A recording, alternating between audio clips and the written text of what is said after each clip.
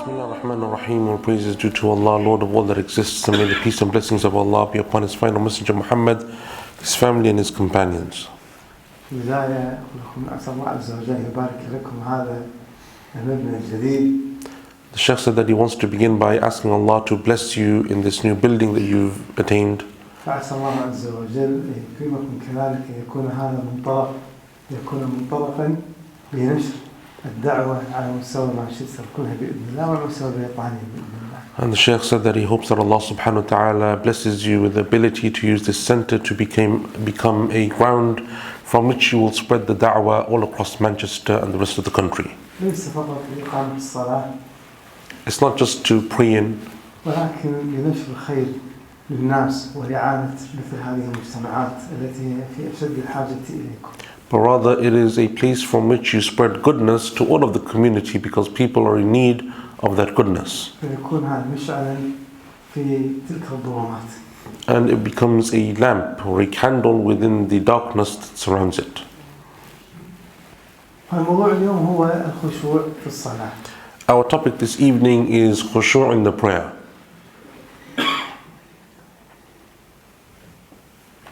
ومن حيث الخشوع المقصود بالخشوع هو الذل والتدبر واستشعار ماذا تفعل أنت في صلاتك وكيف تتعامل مع الله عز وجل في هذه الصلاة.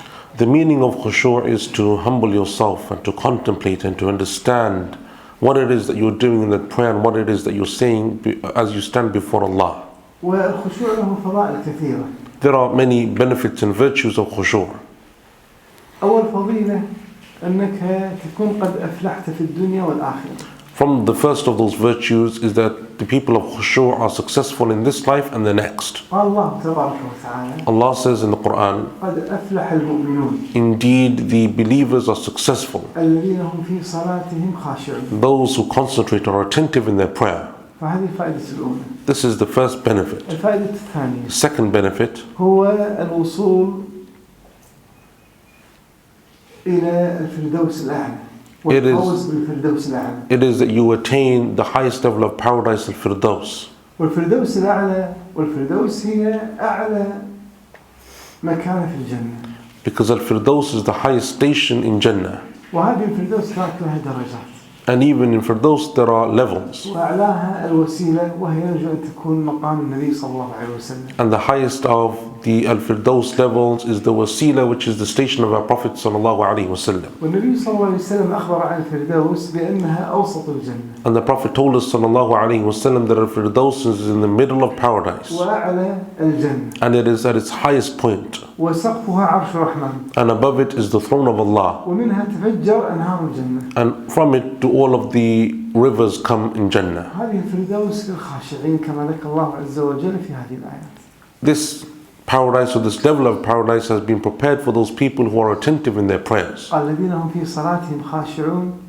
Allah says there are those people who are attentive in their prayers. والذين هم عن اللغو معرضون. And those people who stay away from vain speech. والذين هم للزكاة فاعلون. And those people who give zakah. والذين هم لفروجهم حافظون. And those people who preserve their modesty, إلا على أزواجهم except with their wives أو ما ملكت أيمانهم. or what they own as their right hand possession. فإنهم غير ملومين. For there is no blame upon them in those matters. فمن ابتغى وراء ذلك فأولئك هم العادون. But whoever seeks and transgresses beyond this, those are the people that are the wrongdoers. والذين هم لأماناتهم وعهدهم راعون. And those people who fulfill their trusts and their covenants. والذين هم على صلواتهم يحافظون. And those people who preserve their prayers. فيحافظون على صلاة الفريضة وصلاة كذلك النافلة. They don't miss their obligatory prayers and they don't miss their optional prayers. قال أولئك هم الوارثون. Allah said concerning the people that do all of this, they are the ones who will inherit. يرثون ماذا؟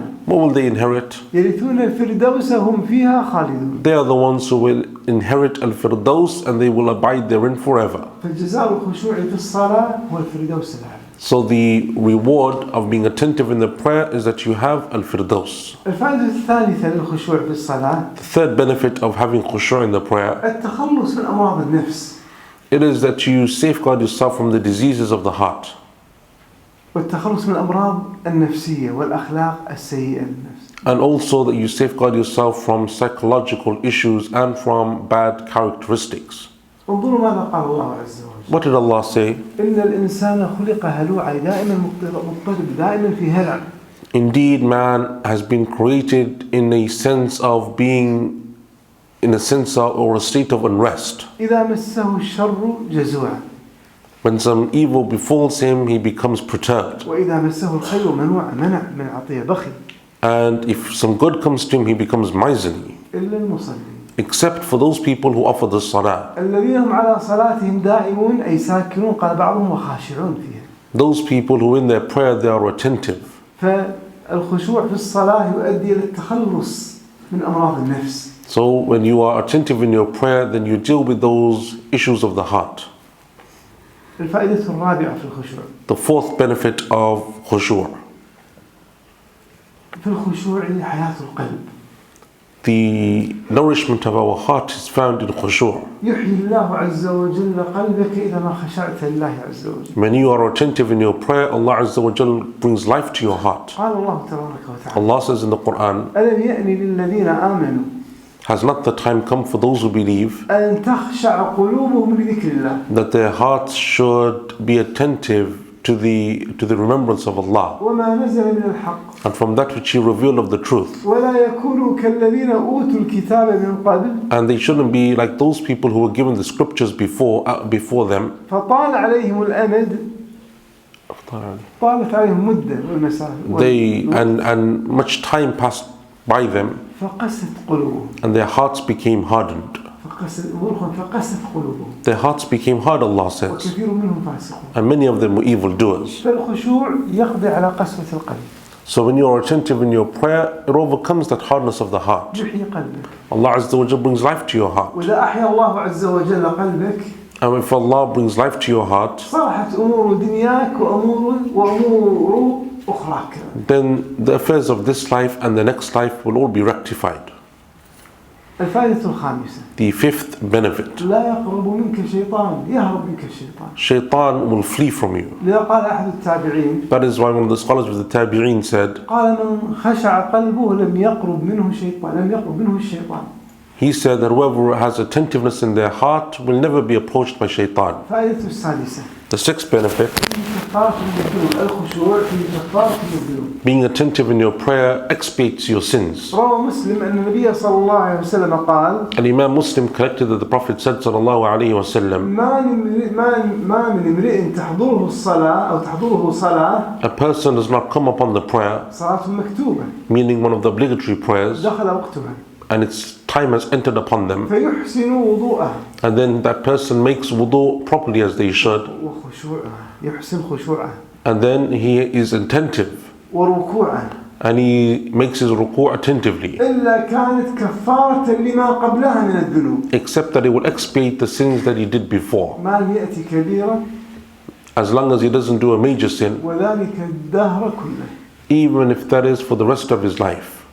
ولذا يقول النبي صلى الله عليه وسلم في حديث البخاري ومسلم And the Prophet said sallallahu alayhi wa sallam in the hadith in Bukhari and Muslim, من صلى ركعتين فقط ركعتين whoever prays just 2 rak'ahs, لا يحدث فيهما نفسه and in them he doesn't become distracted, غفر له ما تقدم من ذنبه. Allah will forgive him for his previous sins. إذا إخواني كل هذه فضائل الخشوع. All of these are benefits and virtues of khushu'. ولنحذر بأن أول ما نفقد من ديننا هو الخشوع. And let us understand that the first thing that we as Muslims will lose from our religion is that attentiveness in prayer. ولذا كان النبي صلى الله عليه وسلم يخشع في صلاته. And that is why the Prophet ﷺ would be extremely attentive in his own prayer. يقول الصحابي كان النبي صلى الله عليه وسلم إذا قام إلى الصلاة One of the companions said that if the Prophet ﷺ stood up and prayed, يسمع لصدره كأزيز المرجل. you could hear within his chest as if a pot is boiling. وكان أبو بكر رضي الله تعالى عنه إذا صلى بالناس إماما And if Abu Bakr radiallahu anhu led the companions in prayer, لم يستطع الصحابة سماع صوته سماع صوت قراءته من كثرة خشوعه وبكائه. the companions were unable to listen, hear his recitation because he would be crying so much. وكان يسمع لأمير المؤمنين عمر رضي الله عنه نشيجه من وراء الصفوف. And Umar radiallahu anhu, when he was the Khalifa, he would cry and cry so much that the people standing at the back of the masjid could hear him. قيل كان عبد الله بن الزبير إذا صلى يقوم كأنه عود كأنه خشبة لا تتحرك. And Abdullah ibn Zubayr, if he stood in salah, he would stand as if he was the trunk of a tree, meaning he wouldn't move. يقول أحدهم عن أحد التابعين يقال له مسلم بن يسار. Muslim ibn Yasar said, يقولون عنه. they said about him, ما رأيت مسلم بن يسار ملتفتا قط في صلاته. we never saw Muslim ibn Yasar become distracted in his prayer ever. ولقد انهدمت ناحية من المسجد. Even though that one time as he was praying, part of the masjid collapsed. إن شاء الله لا ينهدم شيء من هذا المسجد. The Shaykh said, inshallah, this masjid doesn't collapse. قال ولقد انهدمت ناحية من المسجد. Part of the masjid collapsed as he was praying. قال ففزع أهل المسجد. So the people of the masjid, they rushed out. قال وإنه لفي المسجد يصلي ولم يلتفت. But Muslim ibn Yasar carried on as if nothing had happened.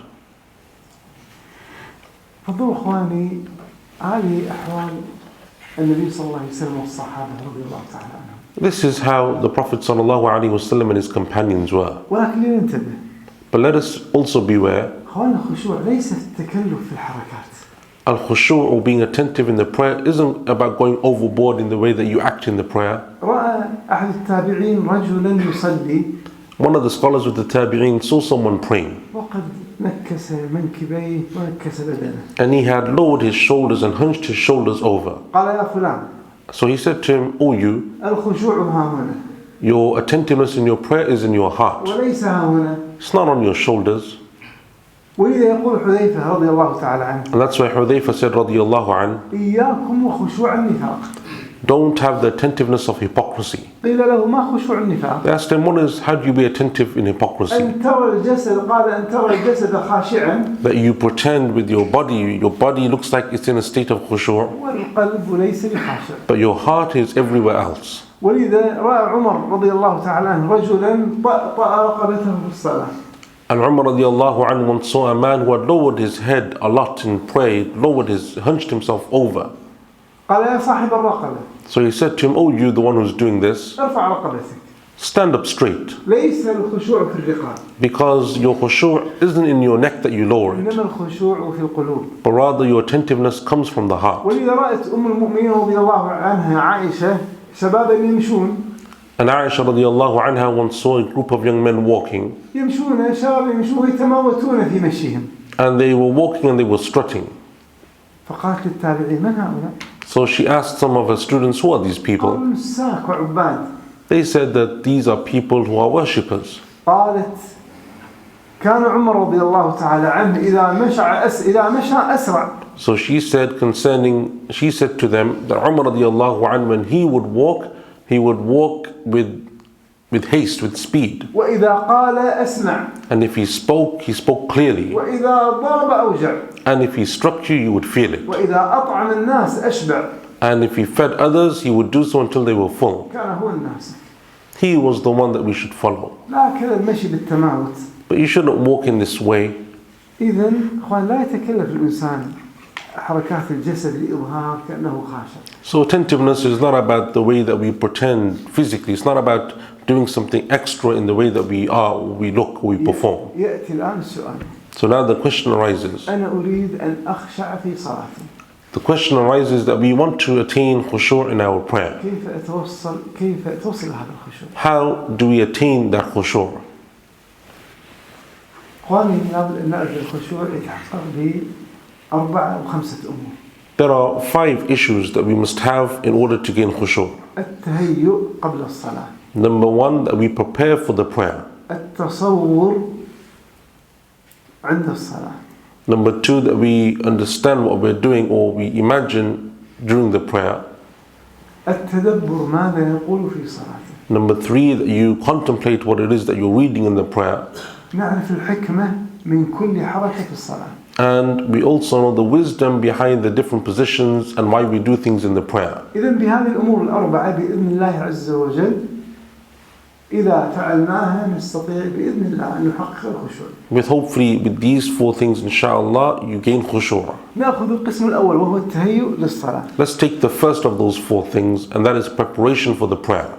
كيف نتهيأ للصلاة ونتهيأ للخشوع؟ How do we prepare ourselves to pray so that we can have khushu'? إخواني ما يمكن الإنسان يدخل الصلاة هكذا ويقول أريد أن أخشع في الصلاة.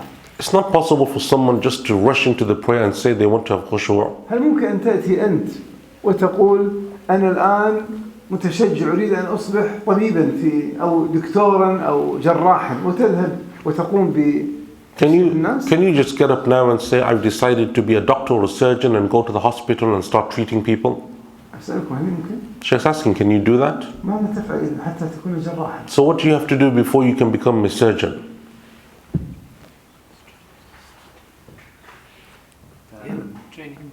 Training. نعم.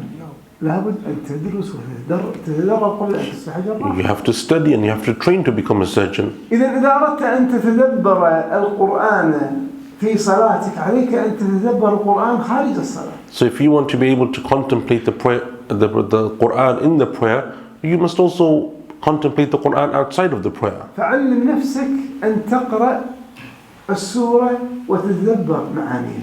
So you have to train yourself that when you read a surah of the Quran, you contemplate it. تقرأ سورة الفاتحة وتأخذ وتتدبر معانيها قبل الصلاة. You read Surah Al-Fatiha and you contemplate its meanings even before you start the prayer. سورة الإخلاص، سورة الفلق، سورة الناس. And likewise, Surah Al-Ikhlas, Al-Falaq, Al-Nas. جزء 30 اقرأ وحاول أن تتدبر معانيه. The 30th juz and those surahs that you read, try to contemplate them.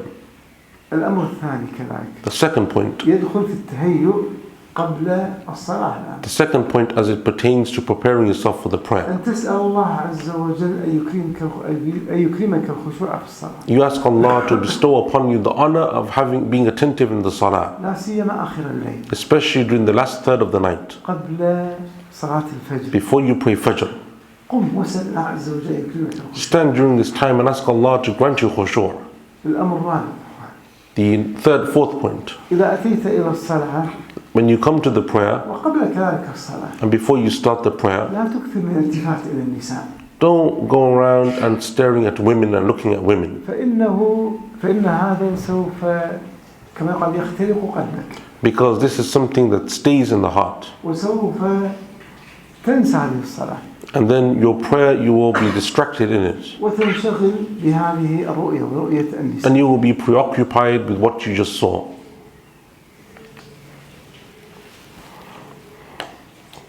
إذا اقترب موعد الصلاة.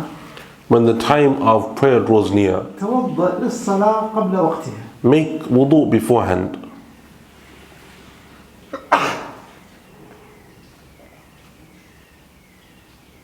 وفي هذا تنشيط للذهن. And this is something which re-energizes you. حاول أن تتوضأ لكل صلاة. And try your best to make a fresh wudu for every prayer. حتى يتنشط جسمك. So that you re-energize yourself. ولذا قال النبي صلى الله عليه وسلم. And that is why the Prophet said sallallahu alayhi wa sallam, لولا أن أشق على أمتي. were it not difficult for my ummah, لأمرتهم بالوضوء عند كل صلاة. I would command them to make a fresh wudu for every prayer. قبل الصلاة كذلك. Also, before you start praying, عليك أن تستاك. you should use the miswak. لمن؟ Why? ستقابل الله. Because you're going to meet Allah. نظف فمك. So you should do so with a clean mouth. دع الله عز وجل أو دع الملائكة يجدون رائحة طيبة من فمك. And let the angels know that there's no foul odor coming from your mouth. ليعلم الله عز وجل أنك تتهيأ للقائه. So that you show Allah that you prepared for this meeting with Him. تطيب للصلاة. And also wear perfume before you pray. تجمل للصلاة. And beautify yourself for the prayer. أنت تتطيب وتجمل لقاء ربما الأشراف. You beautify yourself, you prepare yourself in the way that you look before you meet someone important. أليس الله عز وجل أولى؟ Doesn't Allah have more right? ليعلم الله عز وجل منك بأنك تتجمل له. So let Allah, show Allah that you beautify yourself for Him. ليزداد حبا لك. So that He may increase in His love for you. فيلقي الخشوع في قلبك. And then Allah will place that khushu' in your heart. كذلك ردد مع المؤذن. Also repeat after the mu'adhin. لأن هذه نوع من ذكر الله عز وجل. Because that is a form of remembering Allah. وهذا نوع من التهيؤ للصلاة. And it prepares you for the prayer. ثم قل الأذكار بعد الأذان. and then make the adhkar after the adhan. كل هذا أنت تهيئ نفسك لهذه الصلاة والتدبر. All of this is to help you to prepare and contemplate the salah. فقبل الصلاة فرغ ذهنك عن كل ما يشغلك في الصلاة. Before you start praying, empty your mind of everything that preoccupies your thinking. ولذا قال النبي صلى الله عليه وسلم And that is why the Prophet said sallallahu alaihi wasallam, لا صلاة بحضرة الطعام. there is no prayer whilst food is present. ولكن لأنك عند حضور الطعام And that's because when food is in front of you, فتركت الطعام وذهبت للصلاة and then you leave that food and you go and pray, لا تعلم ماذا يقول الإمام. you don't even know what the imam is saying. تنتظر فقط أن يسلم الإمام You're just waiting for him to finish that prayer حتى تأتي وتأكل هذا الطعام so that you can go and eat that amazing food that you just saw. ولذا قال النبي صلى الله عليه وسلم لا صلاة بحضرة الطعام. And that's why the Prophet ﷺ said, don't pray when there's food present. وكذلك إذا كنت محصورا ولا وهو يدافعه الأخذفان. Nor if you need to go to the bathroom. كل هذا يشغل الذهن. Because all of this preoccupies your thinking. ولذا النبي صلى الله عليه وسلم أراد منا ندخل الصلاة بكمال خشوع. And that is why the Prophet ﷺ wanted us to be ready and attentive when we pray. إذا أتيت إلى الصلاة لا تسرع في المشي عند الإقامة. And when you come to the prayer, don't rush towards the prayer. ولذا نهى النبي صلى الله عليه وسلم عن الإسراع إذا سمع الإنسان إقامة. And the Prophet ﷺ forbade the companions from rushing if they heard that the prayer was about to start. قال فأتوا عليكم السكينة والوقار. He said to them, rather come and you're calm, come in a calm way.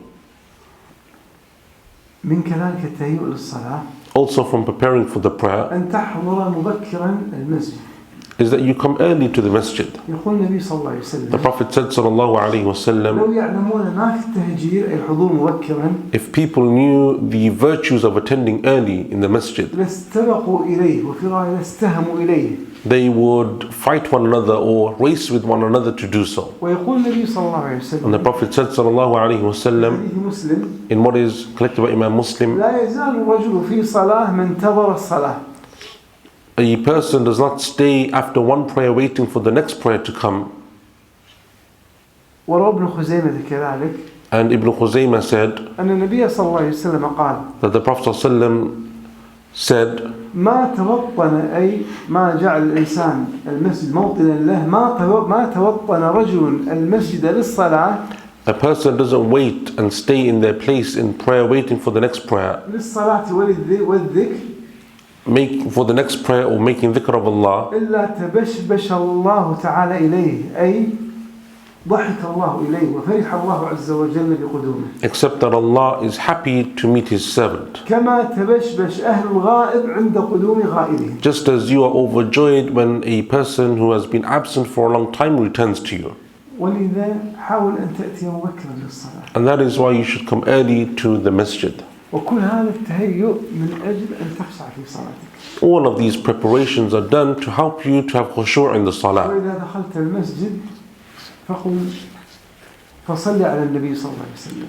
And that is why when you enter into the masjid, you should send salam and salat upon the Prophet ﷺ. وسل الله أن يفتح لك أبواب رحمته. And ask Allah to open for you the doors of His mercy. وقل أعوذ بالله العظيم. And say, I seek refuge in Allah the Great, ووجهه الكريم. with His noble face, وسلطانه القديم. and with His everlasting authority, من الشيطان الرجيم. from the evil or from the outcast shaitan. فتستعيذ من الشيطان فتستعيذ بالله عز وجل من الشيطان. So you seek refuge in Allah from shaitan, حتى لا يوسوس لك في صلاتك. so the shaitan doesn't come and whisper to you during your prayer. ثم احرص على الصف الأول. And then come into the masjid and try to get to the first row. وإذا قال النبي صلى الله عليه وسلم في حديث صحيحين. And that's why the Prophet ﷺ said in what is collected by Bukhari and Muslim, لو يعلم الناس ما في النداء. if people knew the virtues of the adhan والصف الأول. and the first row in the prayer, ثم لا يجدوا إلا أن يستهموا عليه لاستهموا. and then they had no other way of getting there except to do so with a great effort, they would do so. وقال النبي صلى الله عليه وسلم And the Prophet said sallallahu alaihi إن wasallam, الله وملائكته indeed Allah and His angels, يصلون على الصف المقدم. they send their blessings and their salutations upon the people of the first row. فاحرص على التكبيرة الأولى وعلى الصف الأول. So be there before the Imam starts the prayer and take the first row. يقول سعيد بن المسيب Sa'id ibn Musayyib said, وهو أحد كبار التابعين and it's from the greatest scholars of the Tabi'een. قال ما فاتتني التكبيرة الأولى 50 سنة. He said, for 50 years, I never missed the opening takbir of the prayer. وما أذن المؤذن منذ 30 سنة إلا وأنا في المسجد. And for 30 years, the adhan didn't go except that I was already in the masjid. وما نظرت في قفا رجل منذ 50 سنة. لمن؟ لأنه في الصف الأول فما ينظر في قفا رجل.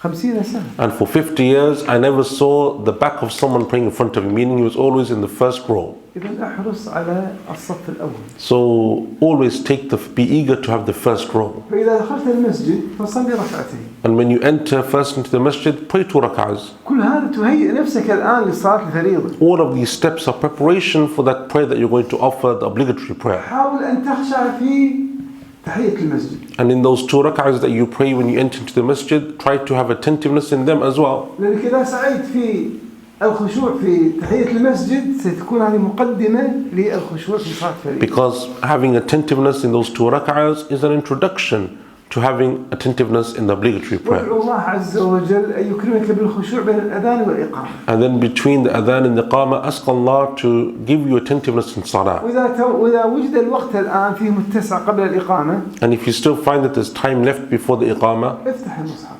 open the Quran. واقرأ قراءة التدبر. And read what you can with contemplation. اقرأ الفاتحة وافهم معناها. And read Surah Al-Fatiha and understand what you're reading. إذا عرفت اقرأ ما بعدها. And if you finish Fatiha, read something else. وهكذا لكل صلاة. And do this for every single prayer. الآن أنت متهيئ.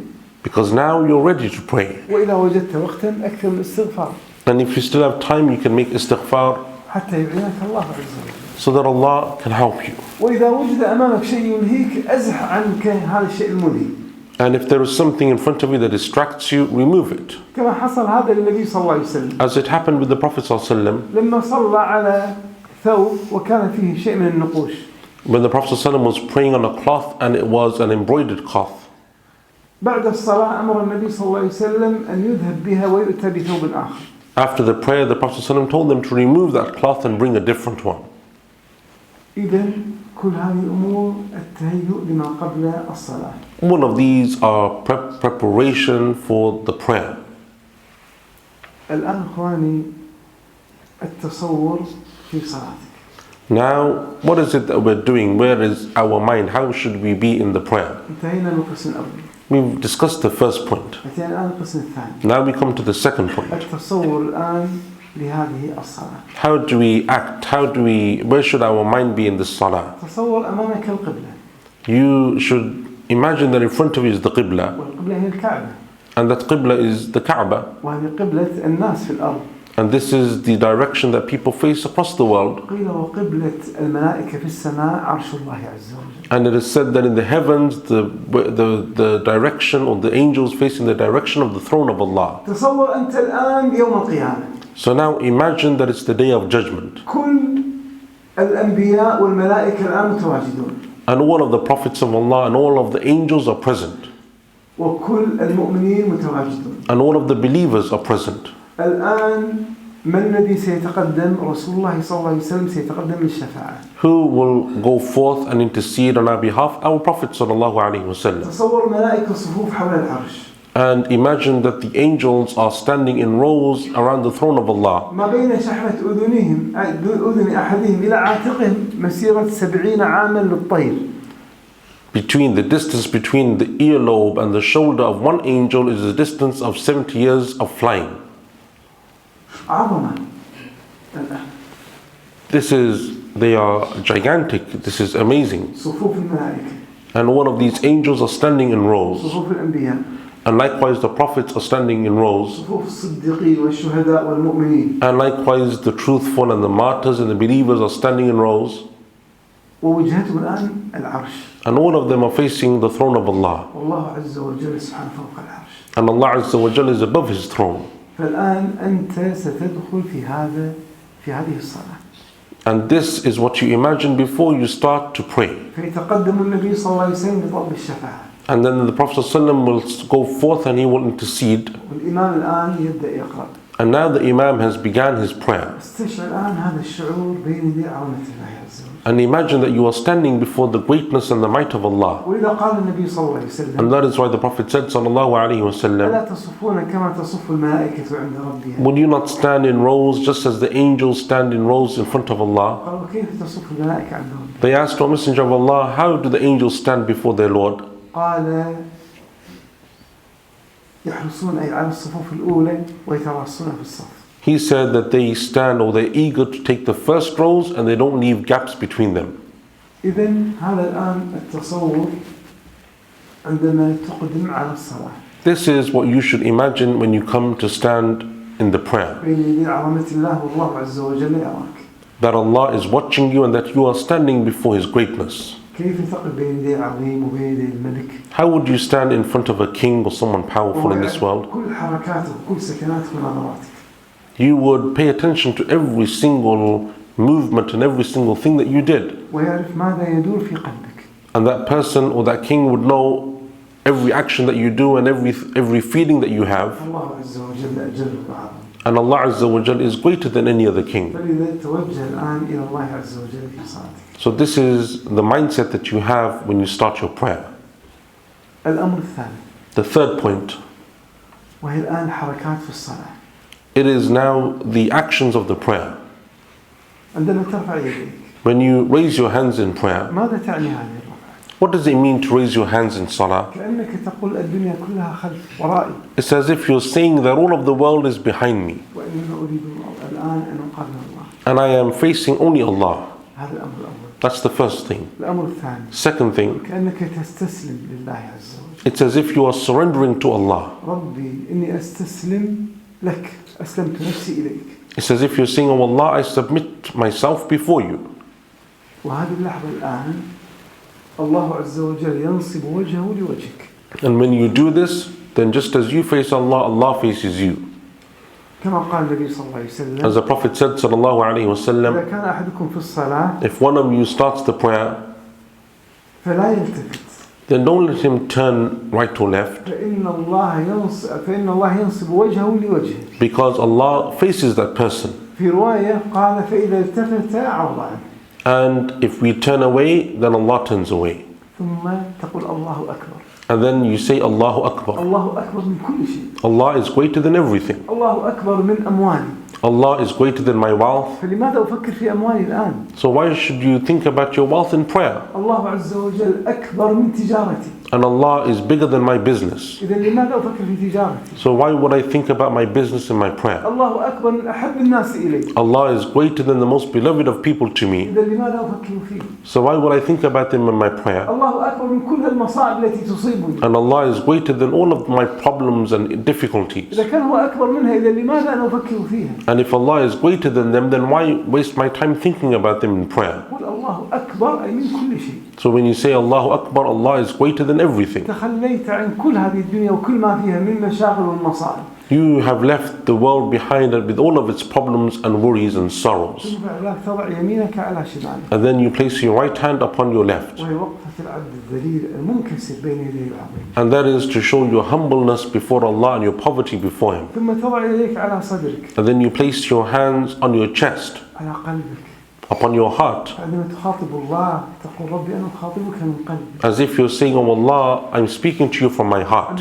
عندما تخاطب حبيبك. When you speak to someone that you love, تقول أنا أحبك. and you say, I love you, وتضع يدك على قلبك. and you show them by putting your hand on your heart. أنت تخاطب الله تقول ربي أخاطبك من كل قلبي. So it's as if you're saying to Allah in the prayer, I speak to you sincerely from my heart. وتقف الآن أنت في صلاتك. And now you're standing in the prayer.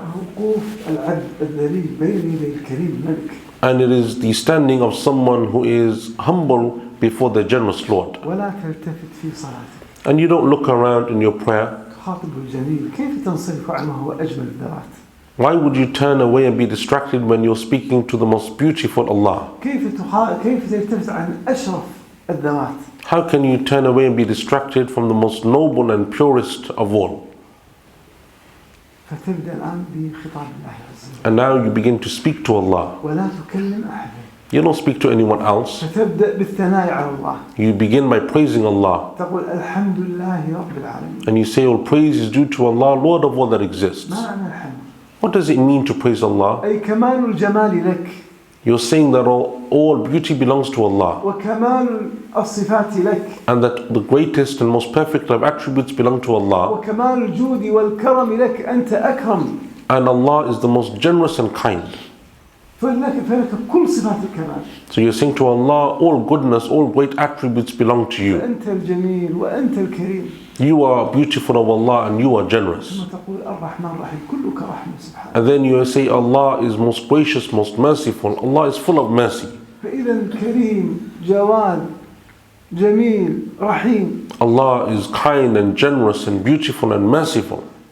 ثم تقول مالك يوم الدين. And then you say He is the owner of the day of judgment. تصور إخواني نتصور والله عز وجل له المثل الأعلى. To Allah belongs the greatest of examples. تصور أنك أخذ بك إلى القاضي ليقضي بك. Imagine that someone takes you before a judge, وهذا القاضي عادل. and this judge is a just judge, وجميل. and he's also handsome, وجواد وكريم. and he's known for his generosity and his nobility, وهو الرحيم له كمال الرحمة. and he is also merciful. وهو صاحب الحق لا يوجد أحد هو صاحب الحق. He is the one who can determine your fate. كيف تتوقع أن يتعامل معك؟ How do you think that judge will respond to you? فإذا تقول مالك يوم الدين أنت تملك الأمور. It's as if you're saying, when we say Maliki Yawmiddin, that Allah owns all of our affairs, وتملك يوم القيامة. because Allah owns the day of judgment, وتملك القضاء.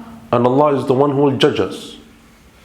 فلذلك أنت تسترحم وتطلب رحمة الله عز وجل. So you're asking Allah for His mercy. ثم بعد هذا تقول إياك نعبد أي أحبك أنت ربي أنا أحبك. And then you say, we worship you alone, meaning we love you, O Allah. وأنا أستعين بك على أن أزداد حبا لك. And we seek His assistance in increasing in love for Him, وعلى أن أزداد طاعة لك. and that we increase in our obedience to Him. إياك نستعين. O Allah, we seek your help alone. لا أستعين إلا بك. I only seek your help, ولا أحب إلا أنت. and I only love you. وكل أنحاء الدنيا تبعا لحبك. And everything else that I love is secondary to your love. ثم تقول اهدنا الصراط المستقيم. And then you say, guide us to the straight path. ألا تتوقع أن الله عز وجل سيحبك؟ Don't you think that Allah will love you in return, أن الله عز وجل سيكرمك؟ and that Allah will honor you, وأنه سيعينك على الصراط المستقيم ويهديك؟ and that Allah will guide you to the straight path? صراط الذين أنعمت عليهم وهم الأنبياء صراط النبي صلى الله عليه وسلم اهدني إلى هذا الصراط. It is the path that Allah has favored, the path of the Prophet ﷺ that you're asking to follow. غير المغضوب عليهم وهم الذين يعلمون ولا يعملون.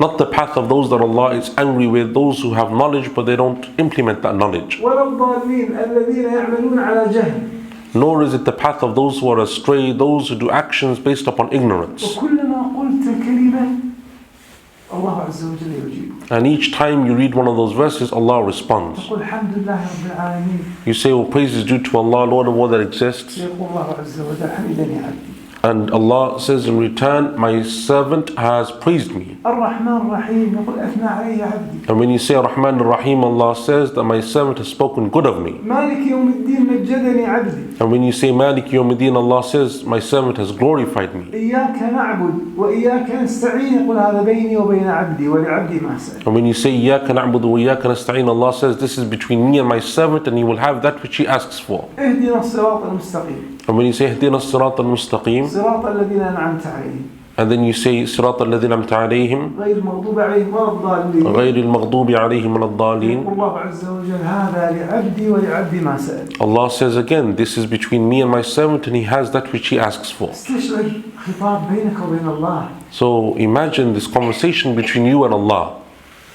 ثم بعد أن تقرأ الفاتحة. And then after you have read Surah Al-Fatiha, يمكنك الله عز وجل بقراءة سورة بعدها. Allah has given you the ability to read another surah. ثم بعد ذلك تركع لله تذل لله. And then you make ruku', you bow before Allah. وتظهر الخضوع لله عز وجل. And you show your humbleness and humility before Allah. وتظهر الخضوع لكلامه عندما قرأته أنت قائم. And you are showing your humbleness before his speech, his verses. تقول لهذا الكلام العظيم أنا أركع لكلامك العظيم. It's as if you're saying to Allah, due to the magnificence of your words, I am going to bow. ولذا يقول ابن القيم And that is why Ibn Qayyim said, من أجل ذلك لا يقرأ القرآن في الركوع. that is why in the ruku' you don't read the Quran. فأنت كأنك تركع وتخضع لهذا الكلام العظيم. It's you bow because of the amazingness of the Quran.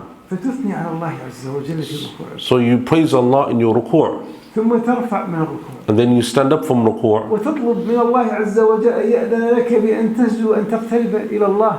It's as if you're seeking permission from Allah to prostrate before Him, لتلتصق بجنابه. so that you may come closer to Him. فالسجود أقرب ما يكون به العبد من ربه. Because the position of prostration is the closest that you can be to Allah in this life. الله عز وجل له المثل الأعلى. And to Allah belongs the greatest of examples. أمامك الملك ملك الدنيا. If you were in front of a king now, تريد أن تصافحه وأن تعانقه. and you want to go and greet that king and hug that king, أو أن تلتصق بجنابه. or that you want to just simply go and hold on to them, تستأذنه هل يأذن لك؟ you seek their permission first. يقول لك نعم. And then the king says, okay. فتكب عليه وتضم وتلتصق بجنابه. And then you go and you hold on to them or you hug them. أما سمعتم بحديث الرحم؟ Have you not heard of the hadith of the womb? أنها تعلقت بحقل الرحمن، أي تعلقت بالله عز وجل. That the womb, it attached itself to Allah, it came close to Allah. فقال لها مالك. So Allah asked it, what's wrong? قالت هذا مقام العائد بك من القطيعة. And the womb said that this is the relations said that this is the position of the one who comes back after rejoining the ties of kinship. قال أما يسرك أن أصل من وصلك وأقطع من قطعك. And Allah said, is it not enough that I shall join the ones who join the ties of kinship and break those who break their ties of kinship? هذه الرحم مخلوقة تعلقت بجناب الله عز وجل. The ties of kinship with the womb, it is a creation of Allah and it came closer to Allah. وأنت العبد المؤمن أحب المخلوقات إلى الله. But the believing servant is the most beloved of Allah's creation. أنت أكثر التصاقا بجناب الله من الرحم. You have more right to come closer to Allah than those relations. فإذا تستأذن الله عز وجل في أن تلتصق بجنابه بالسجود. So you seek permission to Allah, from Allah, that you can come closer to Him by prostrating before Him. فيأذن لك. And then Allah grants you that permission. فتخر ساجدا لله. So you fall down in prostration. فتذل جبهتك لله. And you place your forehead on the ground before Allah. وتذل أنفك لله تمرغه في التراب لأجل الله. And you rub your nose in the ground before Allah. فتكون كما قال النبي صلى الله عليه وسلم أقرب ما يكون العبد من ربه وهو ساجد. And it is, as the Prophet said sallallahu alaihi wasallam, the closest that a person can be to Allah in this life is in sajda. فتخرج كل ما في قلبك وكل الهموم التي في قلبك تشتكيها إلى الله. And then you mention all of your sorrows and woes to Allah. بعد أن تسبح الله وتعظم الله عز وجل. After you have glorified Him and praised Him. ثم بعد ذلك ترفع من السجود. And then you get up from sujood. فتجلس جلسة العبد بين يدي القاضي. And then you sit in that humble way, the way that a person sits before a judge. فتضع يديك على فخذيك. And you put your hands on your thighs. وتستشعر قول الله عز وجل. And you remember that statement of Allah. وترى كل أمة جاثية. You will see on the day of judgment every nation upon their knees. كلهم يسقطون على ركبهم. All of them will fall down upon their knees. فأنت بين يدي العظيم. Because you are in front of Allah's magnificence. تسأله رحمته. And you ask and seek Allah's mercy. وتسأله المغفرة. And you seek His forgiveness.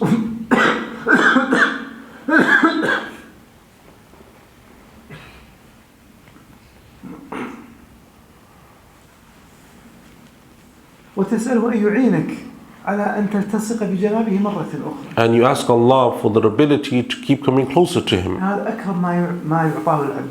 Because that is from the greatest blessing that Allah can grant to anyone. أن يسجد لله عز وجل. That you're able to prostrate before Him. فيأذن لك وتسجد سجدة أخرى. So then it's as if Allah gives you permission to make a second prostration. تستشعر هذا الشعور من القرب من الله عز وجل والالتصاق بجنابه. And you feel that you are so close to Allah. ثم تجلس التشهد كذلك جلسة العبد. And then you sit for the tashahhud the way that a person sits in humbleness. كأنك تقول إلهنا. It's as if you're saying, Oh Allah, قد أنخنا مطايانا لبابك. we have brought all of our sorrows and woes before your door. فلا تبعدنا عن جنابك. So don't refuse us. فإن طردتنا فلا حول ولا قوة لنا إلا بك. Because if you refuse us, then we have no other recourse, no other power or might except with you. فتقول وأنت في جلسة العبد الذليل بين يدي القاضي العظيم. You say this as the humble servant standing before the greatest of judges. تقول التحيات لله أي البقاء لله. And you say, Allah is everlasting. التحيات أي البقاء. Meaning that Allah is everlasting. وكمال الحياة لله عز وجل. And Allah is ever living. فالحياة الكاملة لله. The perfect life is for Allah. فكل صفات الكمال لله عز وجل. And every perfect attribute belongs to Allah. والدوام لك والديمومة لك. And Allah will last and we will die. فتقول التحيات لله والصلاة أي كمال الثناء على الله. أثني على الله عز وجل بكمال الثناء. And the most perfect of praises belong to Allah. فأثني عليك لكمال صفاتك. And I praise Allah with His greatest of attributes. فهذا معنى الصلاة لله. And that's why we say in the tashahhud as-salawatu lillah. الطيبات. And then we say all goodness belongs to ما Allah. معنى الطيبات؟ What is tayyibat? أي أعمال الطيبة التي أقوم بها كلها لك. All of the good deeds that I perform, they are for Allah. والألفاظ الطيبة كلها لك. And all of the good words that I say are for Allah. وكل شيء طيب ينسب إليك أنت. And everything that is good is ascribed to Allah. فتقول الطيبات لله. So you say at-tayyibatu lillah. السلام عليك أيها النبي تسلم على النبي صلى الله عليه وسلم. And then you send greetings to the Prophet sallallahu alaihi wasallam. الذي أكرمك الله عز وجل على يديه إلى الإسلام. The one whom Allah sent to you as a means of guiding you to Islam. والذي علمك كيف تصلي وكيف تخاطب الله وتقتدي. And the one who taught you how to pray and come close to Allah. تقول السلام عليك أيها النبي. So you send salutations upon the Prophet ﷺ and Allah's mercy and His blessings upon him. وتستحضر النبي صلى الله عليه وسلم كأنه أمامك. And it's as if the Prophet ﷺ is standing before you as well. لا عبادة له. Not because you're worshipping him, تخاطبه أنت تقول السلام عليك. but so that you can send those salat and salam upon him. السلام علينا وعلى عباد الله الصالحين. And then you send salutations upon yourself and all of Allah's righteous servants. تطلب الأمان لكل عباد الله عز وجل. You ask Allah to grant safety to all of the believers. ثم تقول أشهد أن لا إله إلا الله. And then you say none has the right to be worshipped except Allah. وأشهد أن محمدا عبده. And I testify that Muhammad is His messenger. ثم تصلي على إبراهيم على نبي الله إبراهيم ونبي الله محمد صلى الله عليه وسلم. And then you send your salutations upon the Prophets Ibrahim and our Prophet ﷺ. وهو الذي بنى الكعبة إبراهيم عليه السلام. And Ibrahim alayhi salam is the one who built the Kaaba. وهو جد نبينا محمد صلى الله عليه وسلم. And he is the grandfather, one of the forefathers of our Prophet ﷺ. وهو كان الذي دعا الله عز وجل أن يكرم مكة بالنبي صلى الله عليه وسلم. And he was the one who made the dua that Allah would send a mighty prophet to the people of Mecca. قال ربنا وابعث فيهم رسولا منهم. He said, "O Allah, and send to these people from amongst them a prophet يتلو عليهم آياتك. who will recite your verses upon them. ويعلمهم الكتاب والحكمة. And he will teach to them the book and wisdom. ويزكيهم. And he will purify them." فاستجاب الله عز وجل لدعوته. So Allah responded to that dua of Ibrahim. وإذا يقول النبي صلى الله عليه وسلم And that's why the Prophet ﷺ said, أنا دعوة أبي إبراهيم. "I am the response to the dua of my father Ibrahim." فلذا تصلي عليه وأنت في التشهد. And that is why we send salutations upon Ibrahim as well. ثم تصلي على النبي صلى الله عليه وسلم. And also upon our Prophet ﷺ. ثم بعد ذلك تسلم عن كل من عن يمينك. And then you give the salams to those on your right وتسلم من عن يسارك. and to those on your left. فهذا أخوان التصور لحركات الصلاة.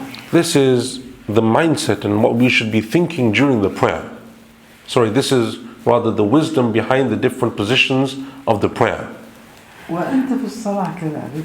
And whilst you are also in the prayer, تصلي هذه الصلاة كأنها صلاة مودع. you should pray this prayer as if it may be your final prayer.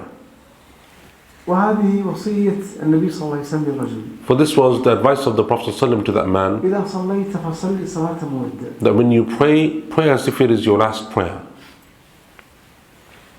يقول النبي صلى الله عليه وسلم The Prophet said sallallahu alaihi wasallam, اذكر الموت في صلاتك. remember death in your prayer. فإن الرجل إذا ذكر الموت في صلاته Because if someone remembers death in their prayer, لحري أن يحسن صلاته. it is more likely that they will pray better. وصلي صلاة رجل And pray the prayer of the person لا يظن أن يصلي صلاة غيرها. who doesn't think that they will ever pray another prayer again. الأمر الرابع.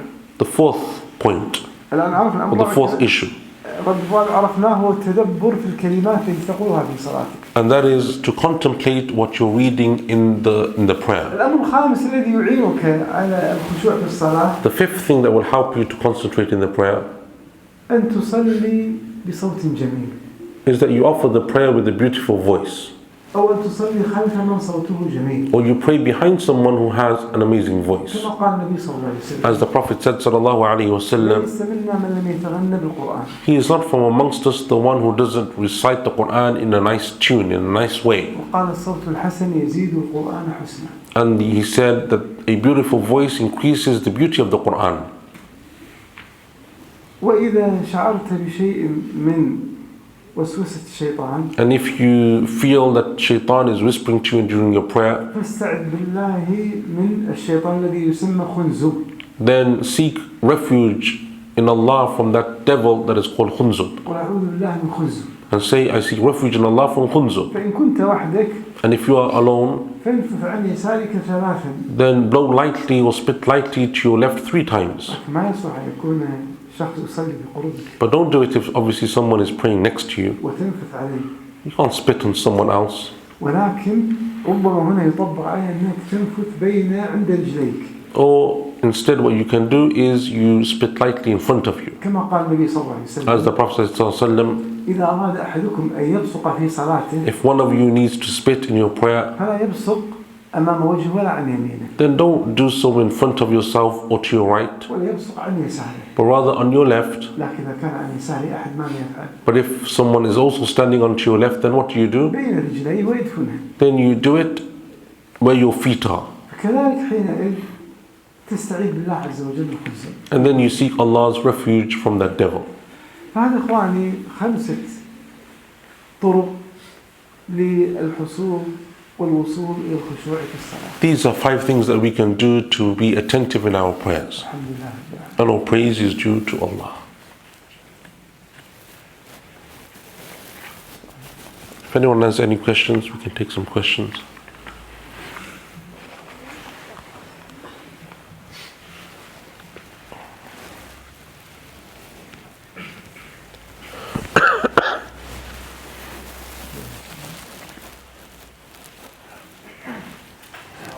Salam. My question is, do you know, I heard somewhere that when you are reading Salah, that's not obligatory, it's mustahab to read from the Mus'haf.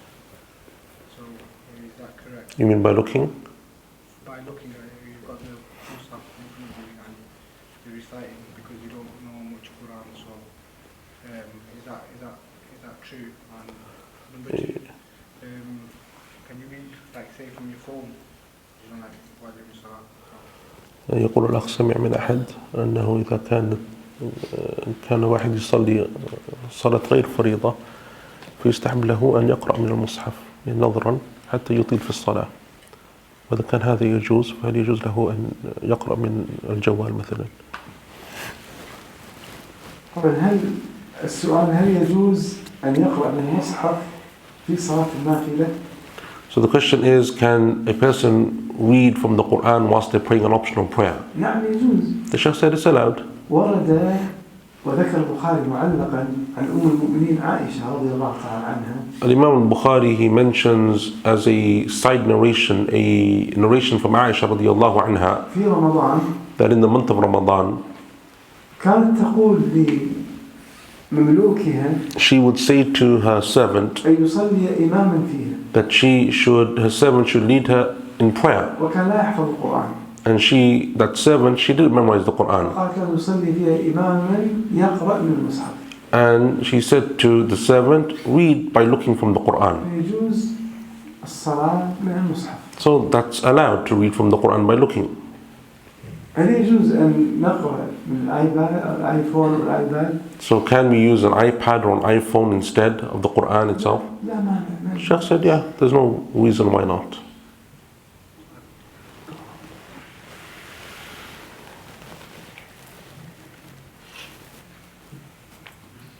In Tarawih prayers, so that you can understand from the whole translation, follow the Imam. في صلاة التراويح حتى يتابع الإمام ويفهم القرآن، هل يجوز له أن يحمل ترجمة القرآن، ترجمة معاني القرآن؟ سينشغل عن القراءة. So the question is, can we have a translation of the Quran? For example, in Taraweeh prayer, we're reading the translation. He said, the Sheikh said that you'll become busied from the recitation of the Quran. المقصود هو أن يسمع القرآن، من هنا سينشغل كأنه يقرأ التفسير، يعني يقرأ الإمام وهو يريد أن يقرأ التفسير. Because the point is that you listen to the recitation of the Quran, but if you're reading its meanings, it's like reading a tafsir. You're busying yourself in the meanings and not listening to the actual recitation.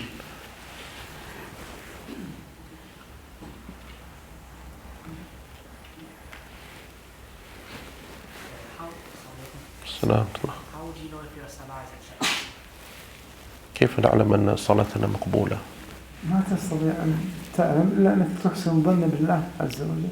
The question is, how do we know that our prayer is accepted? The Sheikh said that we don't know, but we think good from Allah. About the traveler's prayer, you say there's no specified distance for traveler's prayer. Can you please check on that? بصلاة المسافر ما هي المسافة التي تقصر فيها الصلاة؟ فيما يتعلق بالسفر، متى تقصر الصلاة في السفر؟ The question was about the journey, the traveler's prayer. What is the distance that we have to travel before we can shorten our prayers? ولا بد أن نعرف قاعدة فقهية. The Sheikh said that there is a principle of fiqh, إذا أتى مصطلح في الشريعة that when we have terminologies that are used in the Sharia, ننظر هل الشريعة جعلت له حدا؟ we have to understand and look first, did the Sharia itself define that term? إذا جعلت الشريعة له حدا فنأخذ بحدود الشرعية التي If ذكرت. the Sharia defined that term and it specified what it was, then we take that definition. مثال For example, الصلاة، صلاة الفريضة أو الصلاة. the word salah. الشريعة بينت لنا ما المقصود بالصلاة. The Sharia told us what is meant by that word salah. تحريمها التكبير وتحريمها التسليم. It starts with the takbir and it finishes with the salam. وفي قراءة الفاتحة فيها كل هذه الشروط والأركان والواجبات. And between those two things, you recite Fatiha and there's all of those actions and all of those different words that you say. مصطلح الصيام. The word siyam. ما هو الصيام في الشريعة؟ What is siyam or fasting in the Sharia? هل الشريعة جعلت للصيام حدا؟ Did the Sharia define for us what fasting is? أسألكم أنا، She's asking you. أسأل الشباب. Did the Sharia define fasting for us? ما هو؟ What is the definition of fasting? متى يبدأ الصيام؟ When do you start fasting? ها؟ متى يبدأ الصيام؟ When do you start fasting? أي وقت من اليوم؟ What time? Or with what? الفجر. You start with Fajr. متى ينتهي الصيام؟ And when do you stop or break your fast? أي أذان؟ أذان الظهر؟ Which prayer? أذان المغرب. Maghrib. هل يجوز لك أن تأكل أثناء الصيام؟ Can you eat whilst you're fasting? ما أعرف. تأكل؟ Can you eat while you fast? هذا مضاد. تستطيع أن تشرب وأنت صائم؟ Can you drink while you're fasting? هذه كلها ضوابط. So this is the definition of fasting. فإذا الشريعة جعلت لها حدود. جعلت So الصيام it حدود. defined for us what fasting is. إذا هناك مصطلح لم تجعل الشريعة له حدا. But what if there's a term that comes in the Sharia and it hasn't been defined by the Sharia? نذهب إلى اللغة. Then we go to the Arabic language. هل اللغة جعلت له حدا؟ Does the Arabic language define what it is for us? فإذا جعلت اللغة له حدا أخذنا بحد اللغة. So if we find its definition in the Arabic language, it's specified what that term means, and we take that definition. إذا اللغة ما جعلت له حدا. But what if we don't find it in the Arabic language? نرجع إلى أعراف الناس. Then we come back to our customs and our culture. كما قال الله عز وجل As Allah says in the في Quran, العلاقة بين الزوجين when it comes to the relationship between a husband and wife, وعاشروهن بالمعروف بما هو متعارف then عليه. live with them in a good way, meaning in what your culture demands is a good way.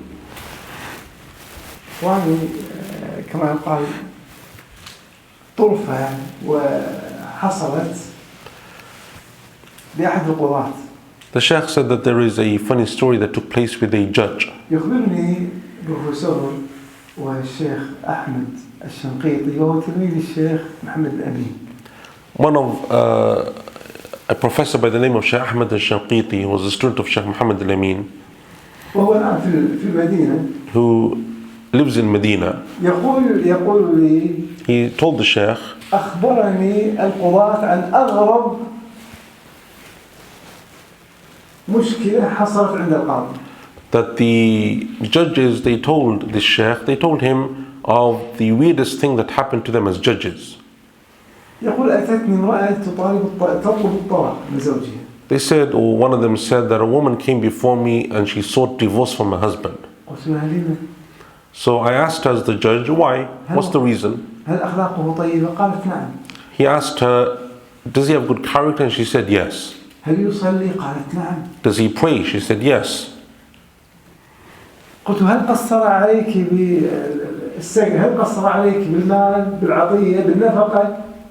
قالت لا. He asked her, does he not provide for you? Doesn't he spend on you? She said, no, he provides for me. قلت إذا لما؟ So I asked her, so what's your reason? هل أهله آذوك؟ قالت لا. Is it because of his family? Have they harmed you? She said, no. قلت إذا لماذا تطالبون الطلاق؟ So then what's the reason for you wanting divorce? قالت أسكنني قصرا. She said, because he put me up in a palace. قلت جزاه الله خيرا. So I said, that's good, may Allah reward him. قالت لا أنا لا أقبل بها. She said, no, I don't want a palace for قلت him. لما؟ I asked her why. قالت أنا امرأة بدوية. She said, because I'm a Bedouin. أصبح على حلب الناقة. I want to go and milk my own camel. وأنا في الصحراء أرى السماء. And I want to sleep in the middle of the desert and look at the stars. هنا أدخلني في السجن. But now it's like I'm in prison. ما استطعت أن أتحمله. I can't live in that type of place. قال فاستغربت ماذا أقول؟ So now the judge was thinking, what do I say to her? إذا تتعامل معها على ما هو متعارف عليه عندهم. So this is the meaning, that you deal with people according to what they are accustomed to their culture and their practices. فإذا العرف له دور في بيان مقاصد الشريعة أو في تحديد المصطلحات الشرعية. So the custom also dictates and defines terminology. نأتي الآن إلى المرض.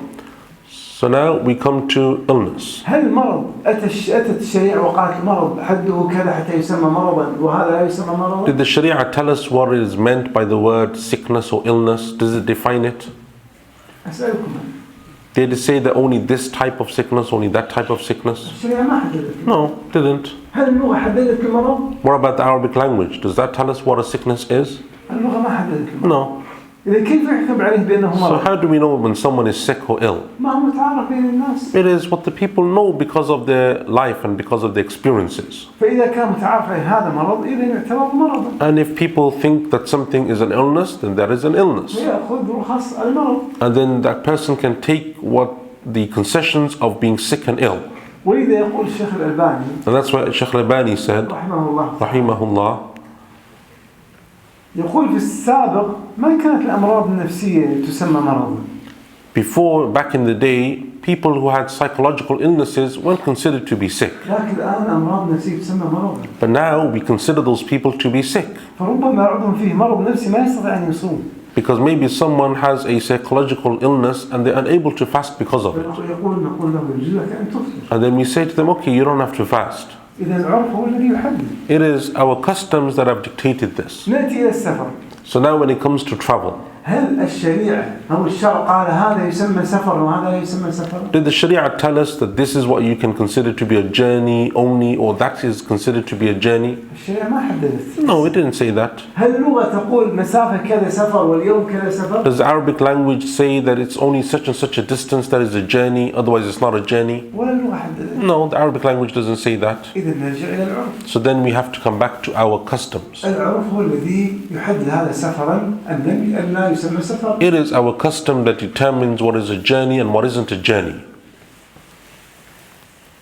فإذا أخواني بعض العلماء حدد السفر ب3 أيام أو 4 أيام. Some of the scholars, they said that the distance in journeying should be the distance of 3 days travel. فإن مكثت 4 في مكان واحد فعليك فتعتبر أنت مقيما. And if you spend 4 days in one place, then you're no longer a traveler. ماذا عن حديث البخاري؟ What about the hadith in Sahih Bukhari? عن ابن عباس رضي الله عنه. that Abdullah ibn Abbas said أن النبي صلى الله عليه وسلم عندما فتح مكة that when the Prophet ﷺ conquered Mecca, مكث 19 يوما he stayed there for 19 days يقصر الصلاة and he was shortening his prayer. وهو يعلم بأنه سيمكث أكثر من 4 أيام And he knows that he was going to stay there for longer than 4 days, ومعنى كان يقصر الصلاة. but he was still shortening his prayer. إذن السفر يحدده العرف. So it is the custom that defines journey. أضرب لكم مثال. Let us give an example. أتى رجل إلى فرض إلى الكويت يعمل إماما أو مدرسا. A person travels to Kuwait to work as a teacher. مثلا أتى من مصر يعمل مدرسا. They go from Egypt to Kuwait to take a job as a teacher. وقع العقد 4 سنوات. And he signed a contract for 4 years. نسميه عرفا مقيما. This is a person, now we would consider that person to be a resident. ولذلك يقول مثلا أحيانا يقول المواطنون والمقيمون. And that's why people often say citizens and residents. بينما هذا المدرس That teacher, أتاه ابنه ليزوره في الصيف مدة شهر.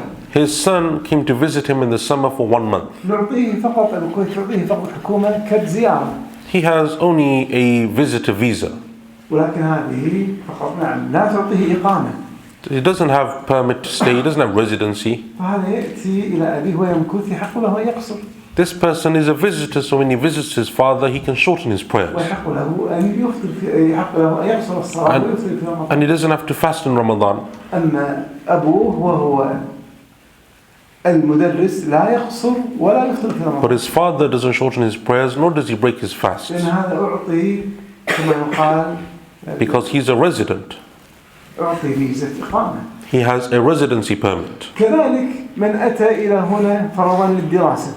Likewise, someone who, for example, comes to this country as a student. نفترض أتى الدراسة مدة 4 سنوات. They come as a student and they're going to stay here for 4 years. يعطى فيزا إقامة. And they're given residency for 4 years.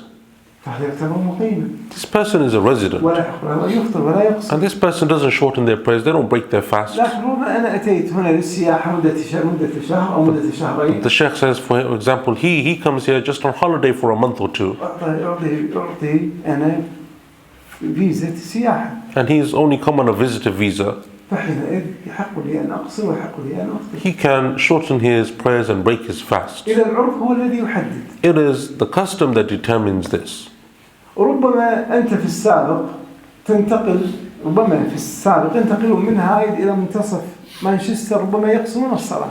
Maybe back in the day, a long time ago, people used to go from Hyde to Manchester and they would have considered that a journey and shortened their prayer. لكن بعد ذلك الآن وسائل النقل تيسرت.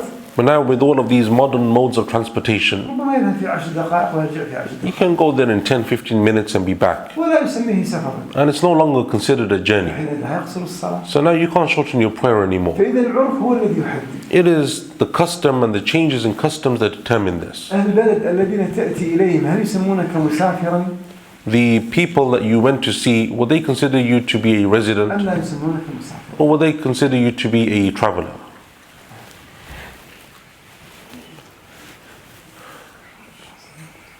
جزاكم الله خيرا. إن شاء الله we conclude there. وصلى الله على نبينا محمد وعلى آله وصحبه.